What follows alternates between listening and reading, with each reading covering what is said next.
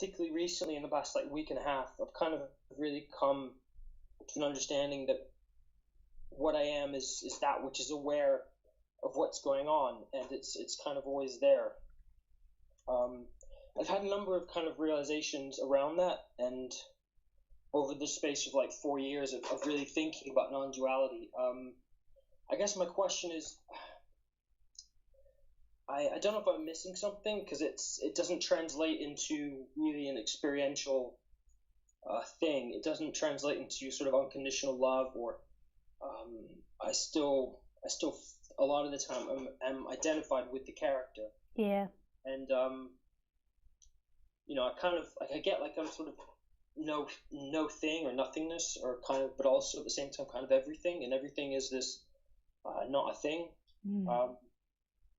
And I don't think I'm just saying those words like because I've heard them before. It kind of makes sense to me, but it's not an embodied experience. Yeah. I was wondering if I could ask if you had any, maybe like a pointer or something to something sure. on the level of the person that has to be dealt with, or I don't know. Yeah, sure. So I'll just go from the basics. So you might feel like I'm telling you things you already know, but I will then get more into detail about you specifically, James. Okay? Sure, no worries. I'm just going to mute you while I speak, just because I have to put you through my computer, okay? Okay. So what I would first of all say is, if you imagine it like a sky, so you most probably heard this before, James, this analogy. So if we say the sunlight is the freedom, like the recognition that you are sunlight is the freedom, and there are these like thick clouds, so there is light all around you even though there's thick clouds, but you can't see its sunlight, so you feel like who you are is the person stood on the ground. You can't see that you're this sunlight that's shining in the sky because there's these thick clouds there. And the thick clouds, you could say, is the habits and the conditions of the person. So what we would call in what they would call in India is the karma of the person. And then through the karma of the person, this energy of seeking arises. So it tries to avoid pain, the seeking, and get to pleasure. So for example, say if you have like a karma that you didn't get very much attention when you were a child because you had lots of siblings. So there is a karma in you that looks for attention from adult figures. Say that's one thing that happens. You can go the opposite way where it totally rejects it, but say the habit is that you look for attention from adult figures. There might not be a consciousness of this, but this is a habit of the body-mind that will form your character, and there's nothing wrong with that. That is part of what happens to us. We all have pleasure and pains in our life, and we all get conditioned in certain ways, and that's part of the psychology of James. It's not good or bad, it's just the way it is. So James wants attention from people. That's the karma. So his personality, if there is older people or people that respects around, then he becomes more animated and more excited. A bit like my dog Khaleesi. So she doesn't suffer, but she has these traits because she's a street dog. If there's people sitting on a bench with plastic bags, she always gets excited, a bit more excited around them, or somebody carrying plastic bag. And I know it's because when she was in Thailand, tourists that came out of the shops and sat with plastic bags or had plastic bags often gave the dog tidbits, and so she's got this predisposition to it. It's a conditioning. It's not necessarily suffering.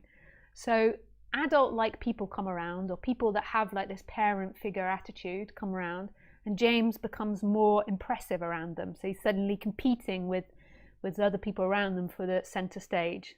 And that's exciting. Like, that makes these sweet personalities. There's nothing wrong with that. Most of the time, though, we're totally unconscious of the personality, so we don't know that. So if you went up to James and asked him, are you showing off because there's adult like people there, like you trying to get attention, who would totally deny it because there's most of the time an unconsciousness of our behaviors and our dynamics and our karma.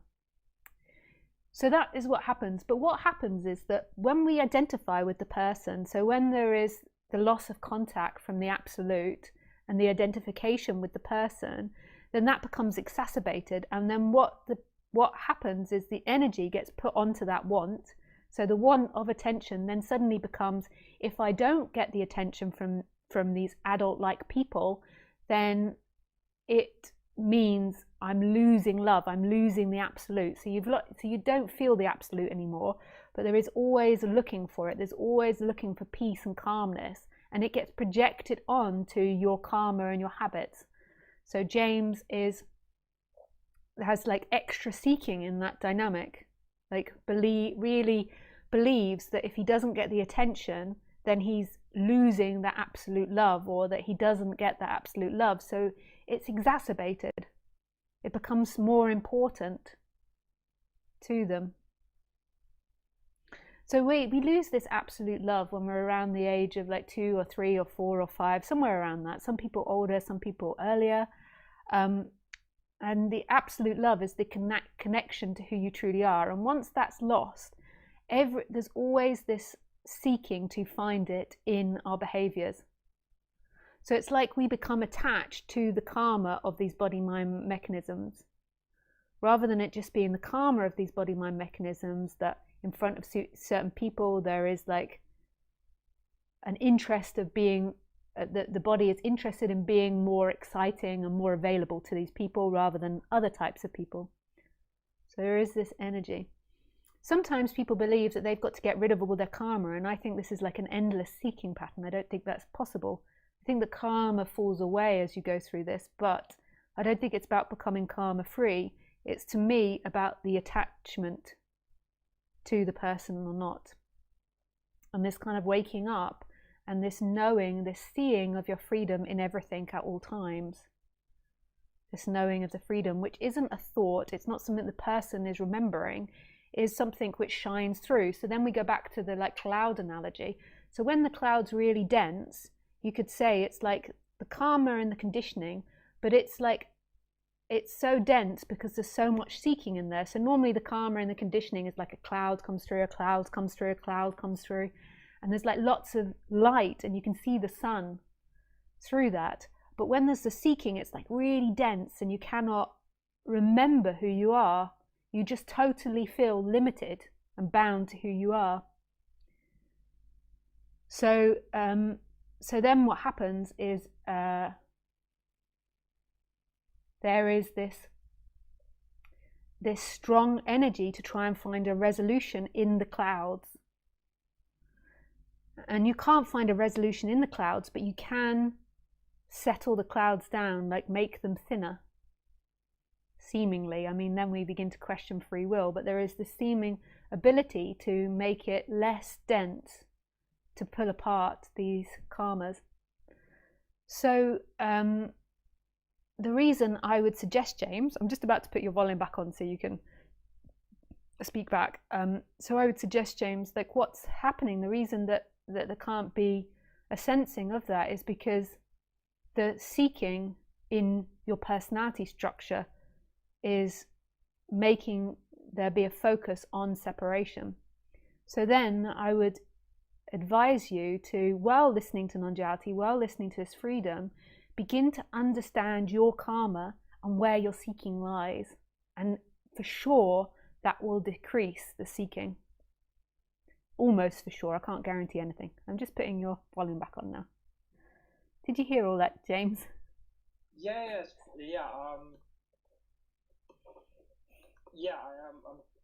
I'm just writing some stuff down. Yeah, take your time. You can go into silence while you do that. Yeah, no, that's. I mean, it's. I think, I think it's right. Whatever you said, everything you said. Yeah, it makes sense. Kind of. It's I can't really explain how it makes sense, but it does. Oh, nice. And do any more questions arise from that? I just have one more. Mm-hmm. Kind of noticing, I guess, awareness. Is something that I don't quite understand still, and it's the idea of sort of the soul or individual consciousness. It's like I was watching football yesterday. I'm not really a football fan, but I was watching with somebody who is, and I just looked at the crowd and I was like, I think that's what it means by the self with a capital S. It's like this sea of people, and they're all essentially the same thing as me, but I can't see through their experience. And I guess I've been playing around with that idea in my mind. Yeah, it's so beautiful, this exploration. So there's two ways in which you can explore it. The first is that you can't see through their eyes, but they're all appearing in the one consciousness. So when you're looking at them, they're not appearing outside of this one consciousness, they're appearing inside of it. So that's one way of looking at the oneness.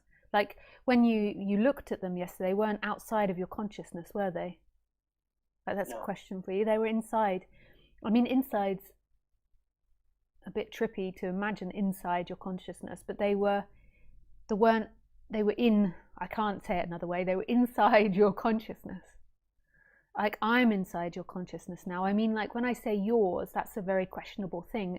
Like, it's really, there's one universal consciousness. And both of us are in that now, in the computer, because there is a consciousness of it. There is no outside of consciousness. There is just this one consciousness, which is absolutely beautiful.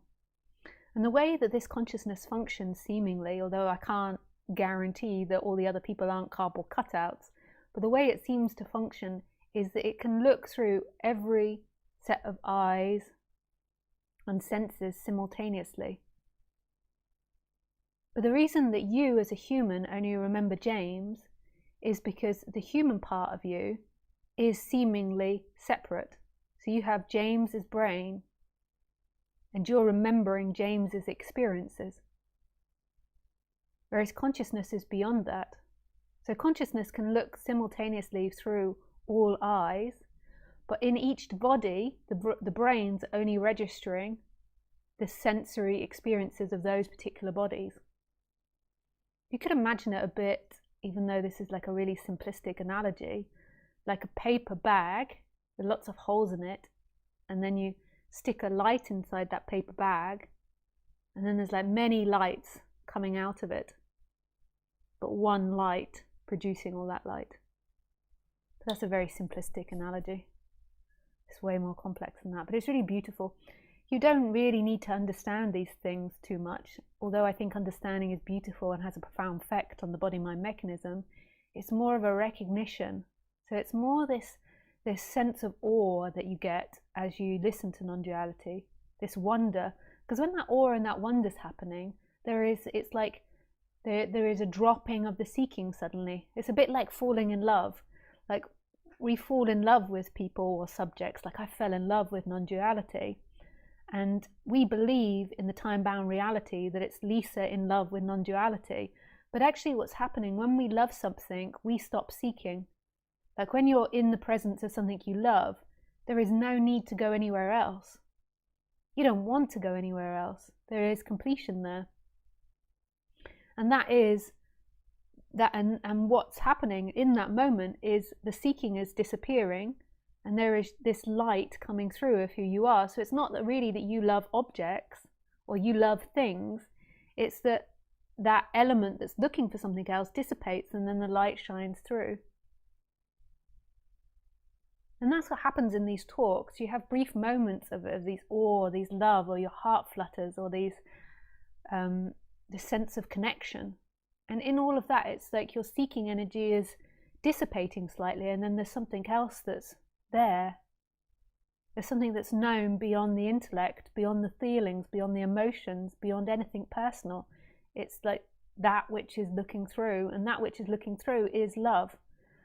It's not love as like an action or love as like a feeling. It's like absolute contentment with what is. No need to move, no urge to move. It doesn't have that ability. It's just totally content in what it is as it is, no matter what's happening.